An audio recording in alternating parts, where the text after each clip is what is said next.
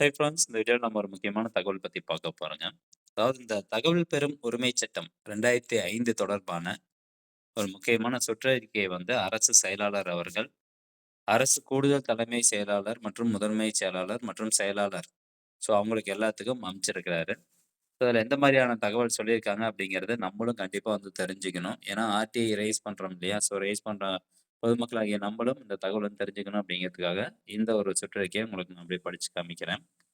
தகவல் பெறும் உரிமை சட்டம் 2005 மற்றும் தகவல் பெறும் உரிமை சட்டம் 2005 கீழ் பெறப்படும் மனுக்களின் மீது பிரிவு 6(3) கீழ் நடவடிக்கை மேற்கொள்வது தொடர்பாக அறிவுறுத்தல்கள் வழங்கப்படுகிறது. ஸோ இந்த உரிமை சட்டம் 2005 கீழ் பார்த்தீங்கன்னா, பிரிவு 6(3) கீழ நடவடிக்கை எப்படி மேற்கொள்ளணும் அப்படிங்கிறதுக்கான ஒரு அறிவுரையை கொடுக்கிறாரு அரசு செயலாளர் அவர்கள். ஸோ பார்வை 2ல் காணும் கடிதத்துடன் இணைத்து அனுப்பி வைக்கப்பட்டுள்ள பார்வை 1ல் காணும் குறிப்பாணையில் தகவல் பெறும் உரிமை சட்டம் 2005 பிரிவு 6(3) படி கோரியுள்ள தகவல் பெரிதொரு பொது அதிகார அமைப்பினால் வைத்து வரப்படுமானால் அல்லது பெரிதொரு அதிகார அமைப்பின் செயற்பணிகளுடன் நெருங்கிய தொடர்புள்ளதாக அதன் உருப்பொருளை கொண்டிருக்குமானால் அந்த விண்ணப்பத்தினை அல்லது அதன் பகுதியினை அப்போது அதிகார அமைப்பிற்கு மாற்றல் செய்து அத்தகைய மாற்றல் பற்றி உடனடியாக விண்ணப்பதாரருக்கு தெரிவித்தல் வேண்டும். ஸோ படிக்கும்போது உங்களுக்கு கன்ஃபியூஷனா இருக்க மாதிரி இருக்கும். இந்த ஸ்க்ரீன்ல இருக்கிறத நீங்க அப்படியே ஒரு தடவை படிச்சு பாருங்க, நல்லா புரியும்.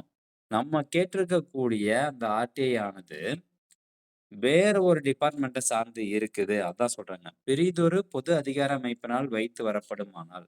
இப்ப நீங்க ஒரு பட்டா வேண்டி ஒரு ஆர்டிஐ மனு ஃபைல் பண்றீங்க. நீங்க தவறுதலா வேற ஒரு அதிகார அமைப்பிற்கு ஆர்டிஐ ஃபைல் பண்ணிட்டீங்க.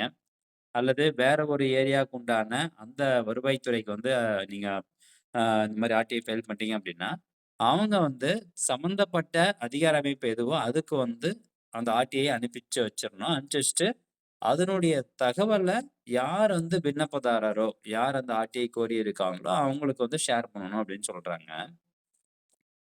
மேலும் மனுதாரர் கோரும் தகவல்கள் முக்கியமானது பாருங்க. மேலும் மனுதாரர் கோரும் தகவல்கள் ஒன்றுக்கு மேற்பட்ட பொது அதிகார அமைப்பை சார்ந்ததாக இருந்தால் அந்தந்த பொது அதிகார அமைப்புகளை தனித்தனியே அணுகி தேவையான தகவல்களை பெற்றுக்கொள்ளுமாறு மனுதாரருக்கு அறிவுறுத்த வேண்டும் எனவும், பல்வேறு பொது அதிகார அமைப்பில் உள்ள தகவல்களை பெற்று தொகுத்து வழங்குவது தகவல்களை உருவாக்குவதற்கு சமமாகும் எனவும், இது தகவல் பெறும் உரிமை சட்டம் 2005 பிரிவு 6(3)க்கு அப்பாற்பட்டதாகும் எனவும் குறிப்பிடப்பட்டுள்ளது.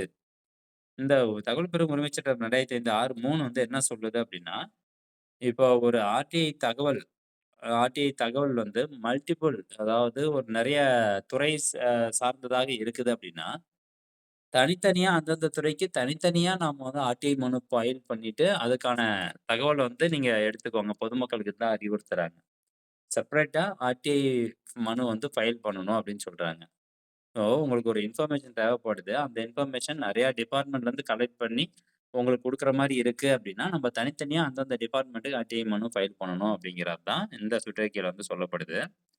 மேலும் பாருங்க, தகவல் பெறும் உரிமை சட்டம் 2005 கீழ் பெறப்பட்ட விண்ணப்பத்தினை அல்லது அதன் பகுதியினை அச்சட்டப்பிரிவு 6(3) படி மாற்றம் செய்யும் நேர்வுகளில் மேற்காணும் குறிப்பாணியில் தெரிவிக்கப்பட்டுள்ள அறிவுறுத்தங்களை கடைபிடித்த நடவடிக்கை மேற்கொள்ள வேண்டியும், தங்களது நிர்வாக கட்டுப்பாட்டின் கீழ் உள்ள துறை சார்ந்த அனைத்து அலுவலகங்களுக்கும் அறிவுறுத்துமாறும் தங்களை கேட்டுக்கொள்கிறேன் அப்படின்னு இந்த சுற்றறிக்கையில் சொல்லியிருக்கிறாங்க. இந்த தகவல் பயனுள்ள ஒரு தகவல். நிறைய பேருக்கு ஷேர் பண்ணுங்க.